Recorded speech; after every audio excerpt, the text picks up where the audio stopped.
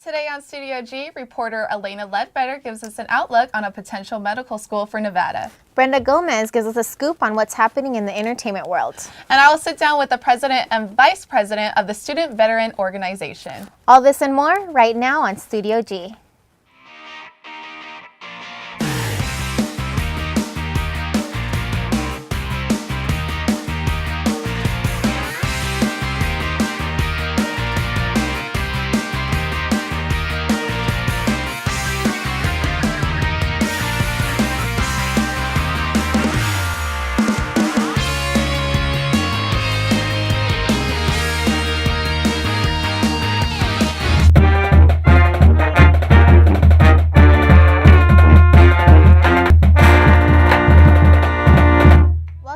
Wednesday edition of Studio G. I'm Bianca Valdez. And I'm Katie McLean. A motorcyclist was killed Tuesday evening in a wreck on Silverado Ranch Boulevard near Maryland Parkway. Police said speed appears to have been a factor in the accident, which happened at around 5:30 p.m. The motorcyclist was pronounced dead at the scene. Las Vegas Metro Police are warning about scammers who have posed as officers and used Metro images and phony documents. Scammers would inform victims that they won a cash prize and luxury vehicle in a lottery. Posing as police, scammers would then demand their victims to send cash and personal information in order for them to claim their prize. Scammers would then send a phony letter with Metro images on it, requesting a $100 letter fee for receiving the letter. Metro said that they will never solicit payment in funds in person or by phone or any other means. Anyone who receives such a request should report it to the police immediately. The rollout of Obamacare has been rocky, to say the least. The healthcare.gov website is still under construction, and the president is now being called out for what some call a broken promise. Reporter Tommy Laren brings us more. Government officials making promises they can't keep is nothing new, but some of Obamacare's loudest critics are calling foul at the latest Obamacare blunder. Most of the Affordable Care Act scrutiny has focused on the numerous glitches in the access portal, healthcare.gov. But over the last 2 weeks, the target has shifted beyond the dysfunctional website and into the Oval Office. The latest round of controversy involves a pledge President Obama made when promoting his Health Care Act. If you like your doctor, you can keep your doctor under the reform proposals that we put forward. If you like your private health insurance plan, you can keep it. President Obama's critics, as well as disgruntled Americans, claim that he misled them. Now the White House is backpedaling. The administration is now saying that only applies if your plan has not changed since the Affordable Care Act became law. Early numbers show that at least half of the approximately 14 million Americans with individual insurance risk having their health care plans canceled by their insurers under the new health care law. In an exclusive interview with CNN's Jake Tapper, New Jersey Governor Chris Christie said the president should fess up to his mistake. Here's what my suggestion would be to him. Don't be so cute. And when you make a mistake, admit it. The White House says it did not mislead Americans under the new law. They will have access to better options instead.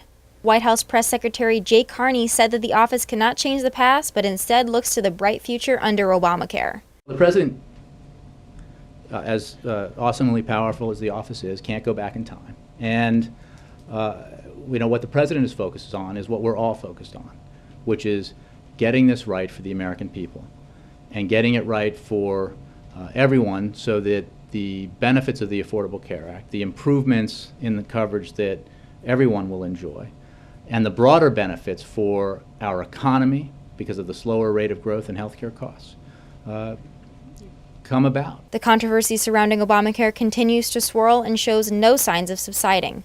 For Studio G, I'm Tommy Laren. We will keep you updated on the slow but steady rollout of the new healthcare law. The United States is facing the largest physician shortage in its history as the nation's population both grows and ages.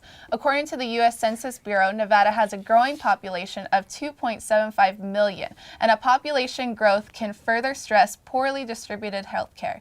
Resources Las Vegas Solution establishing a 4-year medical school. Reporter Elena Ledbetter has more.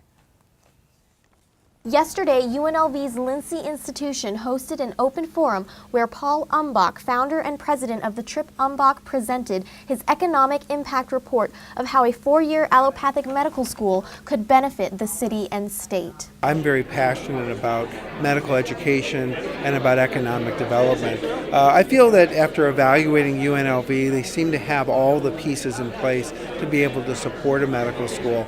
Umbach's report shows a UNLV medical school could have an economic impact of $1.2 million by 2030. But for this to happen, UNLV would have to partner with the University of Nevada's medical school from 2014 to 2019.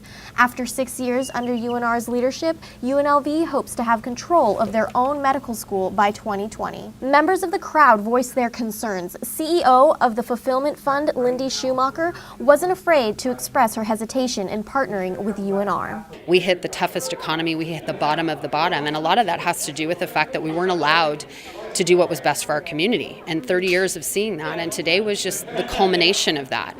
We have to ask permission from the north to have a med school in the south.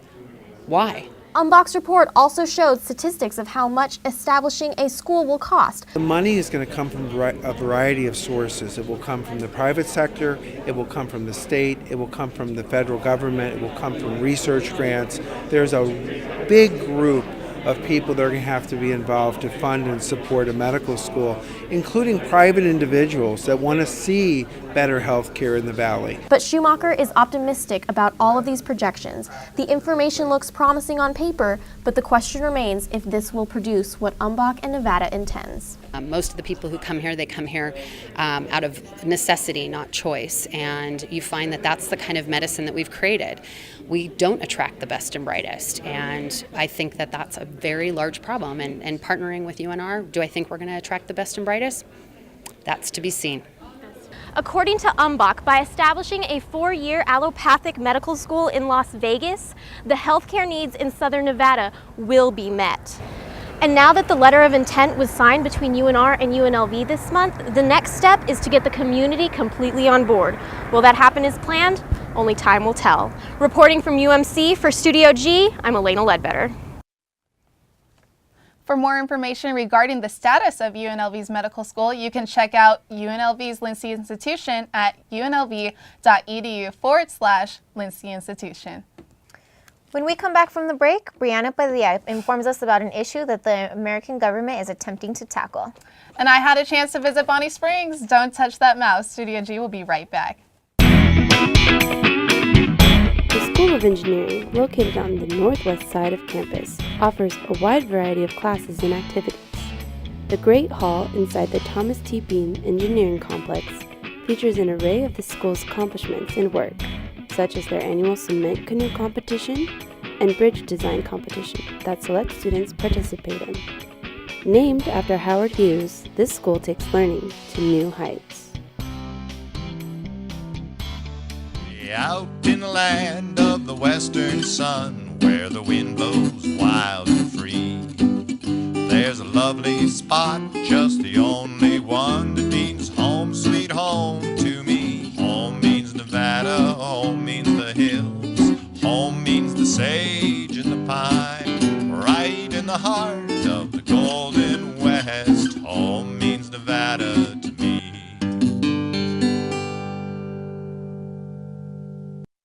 If you're looking for action, adventure, and even some drama, well, come to this little town where you can't get to by car. But by train. Today we decided to visit Bonnie Springs, a wild, wild west ghost town.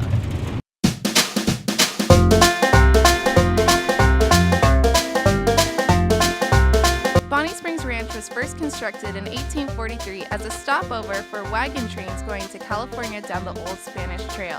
In 1846, General Fremont, on his way to California, stopped at Bonnie Springs Ranch to gear up for his trip through Death Valley with the help of Kit Carson, an expert of the Western culture. This tag team pair became the first explorers to map out the southern Sierra Nevada. As soon as you walk in there with the buildings and the people and the reenactments and the antiques, that's nothing but history and knowledge, which we're losing today for our younger generation. Ever since 1952, it was Bonnie herself who helped preserve and protect this oasis in the desert, and especially when it comes to her wildlife friends. It's been so many years ago, and he dropped off the first one. Then I thought, well, the kids have no place to go. And I started getting all my stuff from licensors, because then they couldn't give me any trouble with having them. I've raised almost everything in here on a bottle. Just bringing the kids here, it's just a great educational thing, and as times change, people don't get so much exposure to animals like they did when I was young. Tourists today to the ranch can enjoy the zoo, the horse stables, or the many historic buildings and shows, making it a fun trip for the whole family. You gotta have places like this. You gotta have places where people can get out in nature and horseback ride. There's so many people that have never done that. Or pet a certain animal. I mean, that's what Miss Bonnie built this place for. It's for the kids and the public. And that's what I think has to be happening. More family activity. Spend a day at Bonnie Springs, you'll have a hootin' hollerin' time.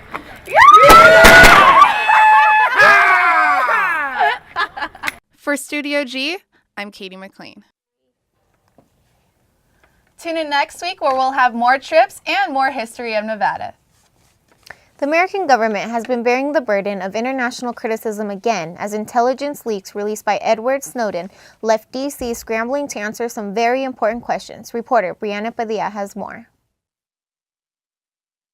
Capitol Hill was once again at the center of controversy this week as the Obama administration and public officials scrambled to control the damage done by the most recent NSA leaks released by Edward Snowden. The leaks highlight phone surveillance of allied world leaders conducted by the National Security Agency. To go up to the line of what is appropriate surveillance and security measures and not over the line is something we need to have a full, comprehensive discussion about. Because what we need to do to keep ourselves and our friends secure, people need to know about it. World leaders monitored included German Chancellor Angela Merkel, who may have been tapped for as long as a decade. A breach that may not have been necessary, considering that the memo released by Snowden acknowledges that eavesdropping on allied leaders produced little reportable intelligence. Ostensibly, the leaks have created an urgent impetus for the review of American surveillance practices. Fingers have been pointed instead at Edward Snowden, the former NSA Technologies contractor who is currently seeking asylum in Russia. The Snowden leaks have hurt America's ability to defend itself. I do. I think he's a traitor. Snowden has been working with journalists like Glenn Greenwald of The Guardian since the summer to release leaks that have revealed privacy-breaching conduct on the part of the NSA in the name of fighting terrorism. Ross, this is clearly about political power and economic espionage, and the claim that this is all about terrorism is seen around the world as what it is, which is pure deceit. The divisiveness of Snowden's whistleblowing was made clear Wednesday via an online Angus Reid poll that revealed almost an even 50-50 split between Americans who see Snowden as a hero or as a traitor. Contradictory to say nothing new there, outrage, undermining national security. They're also saying this is spurring a healthy debate over American intelligence and its scope, its extent, its future direction. But it's a debate they didn't want. It's a debate that they're having only because this traitor leaked this information. So they're trying to put the best face on it, but they obviously are really unhappy about it. Despite the controversy, or perhaps because of it, Snowden's leaks have provided an impetus for reform. For Studio G, I'm Brianna Padilla. The aftermath of the Snowden leaks have included calls for new international surveillance regulations from Brazil and Spain, who have accused the NSA of engaging in economic espionage. Stay tuned for more. Brianna will continue updating us as these allegations develop. When we come back from the break, Christina Davies will give us our 7-day weather forecast. And Brenda Gomez will give us our entertainment news. Don't touch that mouse. Studio G will be right back. This is your house, too. Located on the campus of UNLV on Brussels Street sits Housel House, the Center for Social Justice. A place where everyone can participate, explore cultural identity, share different experiences, and learn leadership skills. No judgments. You are accepted, you are important, and you are welcomed. Stand up, speak out, and change the world.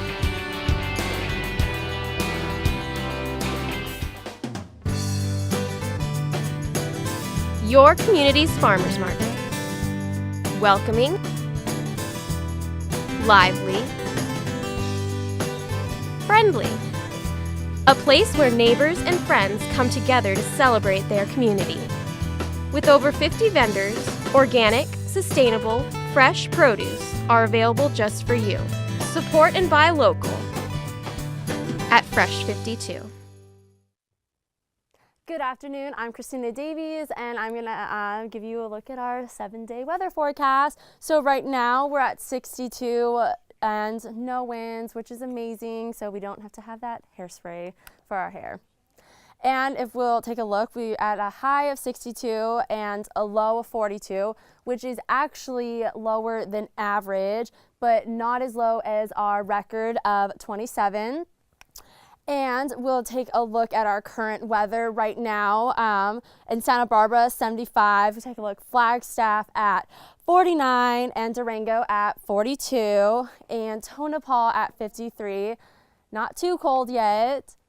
All right, if we take a look at our satellite radar right here, we see in Washington, Oregon, some scattered rain showers going down into the Midwest. However, if we look right here in Arkansas, going on up into Indiana and Ohio and Michigan, there will be some heavy rain showers, so watch out for that.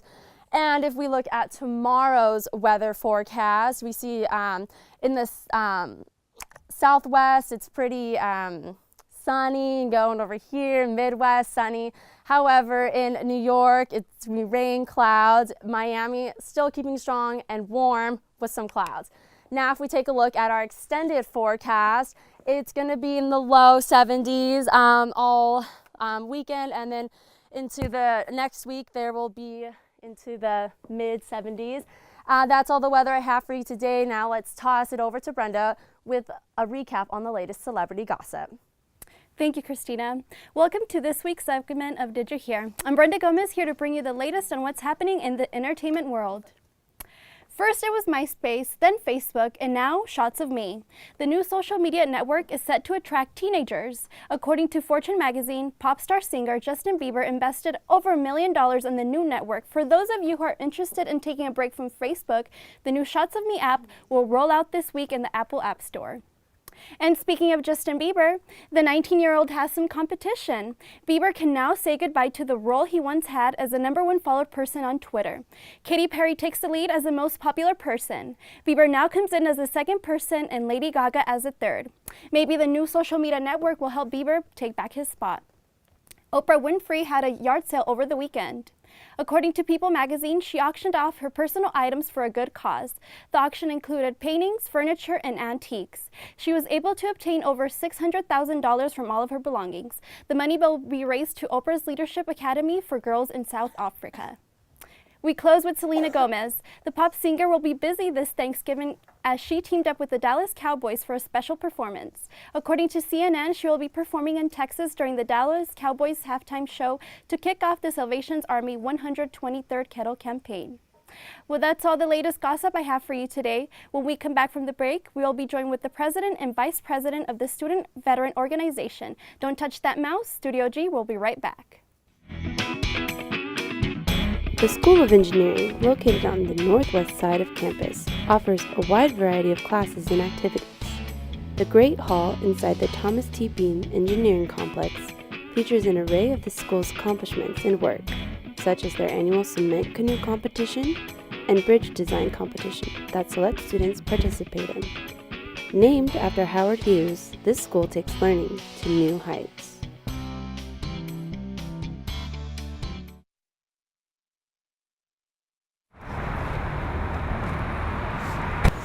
You drinking tonight? Nah, not tonight. Well, give me a couple beers.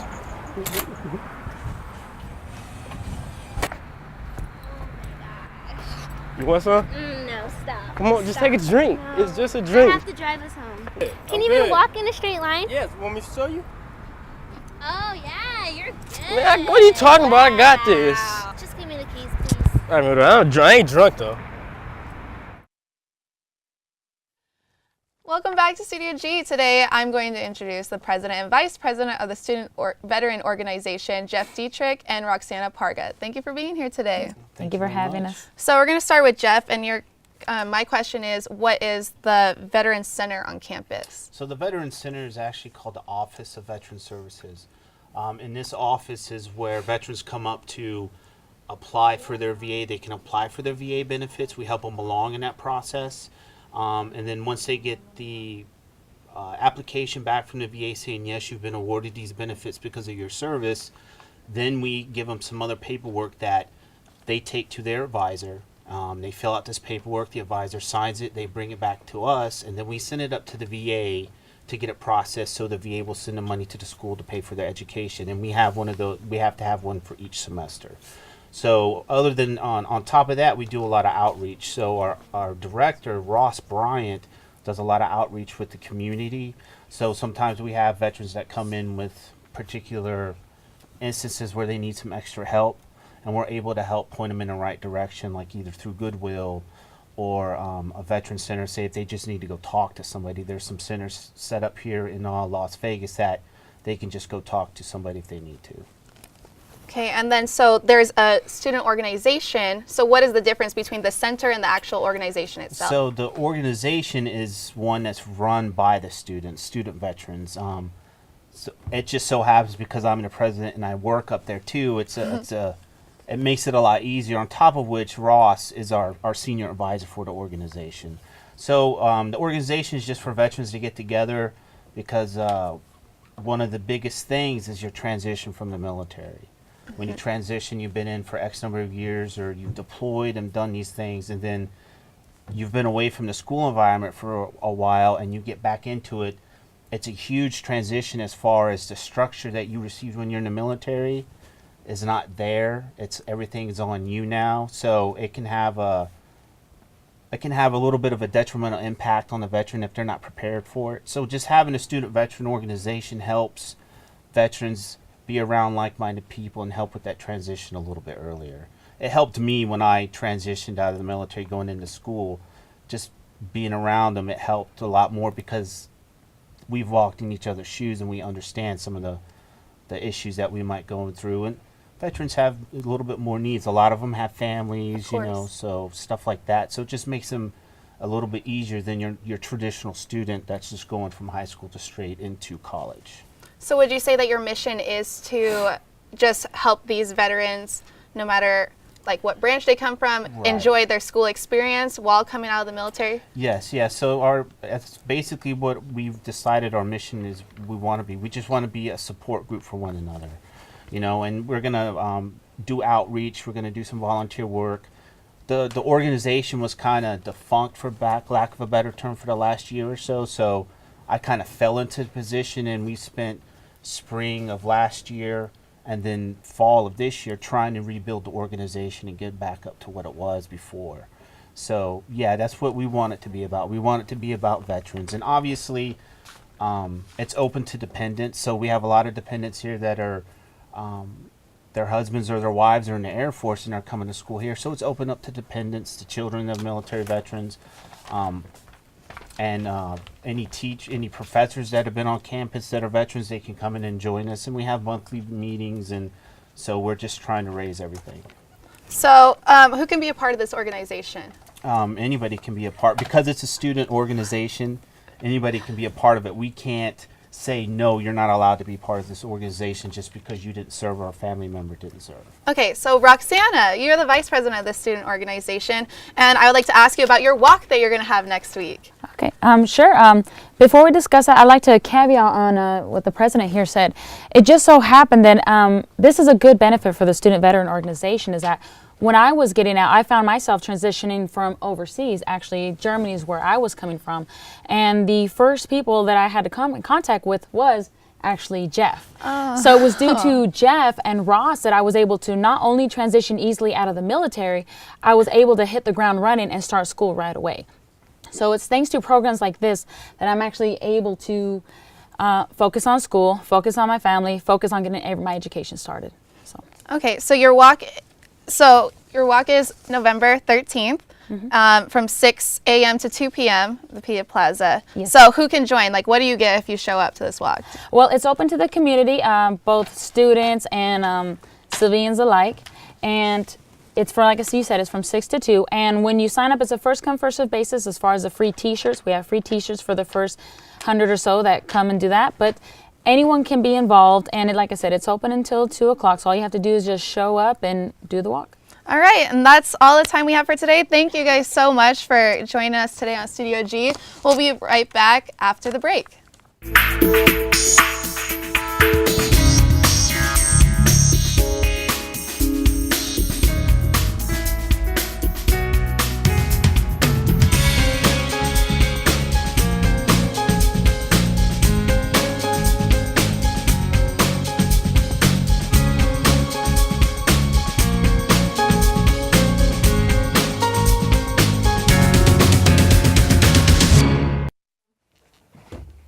Sports is always a popular topic of discussion, but one UNLV professor has students analyzing it in a different way. Farininos has more. The Greenspun College of Urban Affairs kicked off their 2013-2014 Scholar Series with an insightful presentation from visiting professor Rob Bellamy. What I tried to do today was just kind of give an overview of both the areas that I've been particularly interested in, but also what I think are the major issues when it comes to sports, particularly in relationship to media. Some of the major issues Bellamy discussed included the power balance between sports institutions and media, college sports and spending, and even addressed the topic of UNLV's plans for a new event center. These issues need to get more attention on the part of students and faculty because huge multi-million-dollar decisions are being made on facilities and whatnot, either on poor information or no information. Bellamy also made it clear that sports affects many of our daily lives. So many important decisions that it will affect our lives revolve around the sports industry. And then we have a media industry which enables this to happen. And I think it's important as a literate person, not just people in the media journalism department or communication department, but a literate person needs to understand at least a little bit about the connections, which is going to influence what we hear, what we read, and what we see.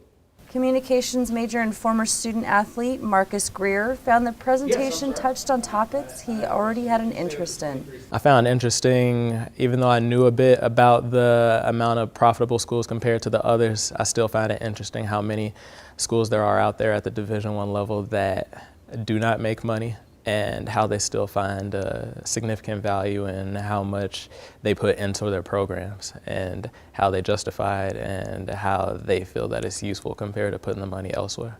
But with sports being such a major topic, the focus on it will only increase. Increasingly, universities around the country are either adding programs or certificates or some kind of unit in the media sports area, right? Certainly UNLV, one of the reasons I'm here this year is to help kickstart this for UNLV, for the Department of Journalism and Media Studies. I have done similar thing at my home institution of Duquesne, and I know of other programs around the country. So there's going to be more attention on this, and rightfully so. For Studio G, I'm Farininos. For information regarding upcoming speeches for the scholarship series and more, visit urbanaffairs.unlv.edu. Well, that's all of the news we have for you on this edition of Studio G. I'm Bianca Valdez. And I'm Katie McLean. Have a wonderful Wednesday, Las Vegas.